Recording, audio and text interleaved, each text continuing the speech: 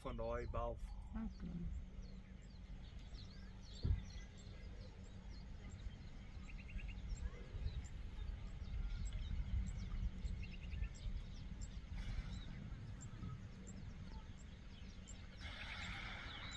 So as jy nie dan gaan nou sy ore skud.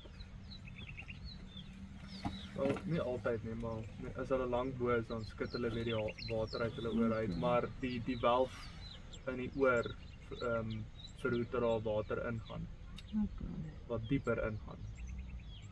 Baie interessant. Eens ons het dit gehad.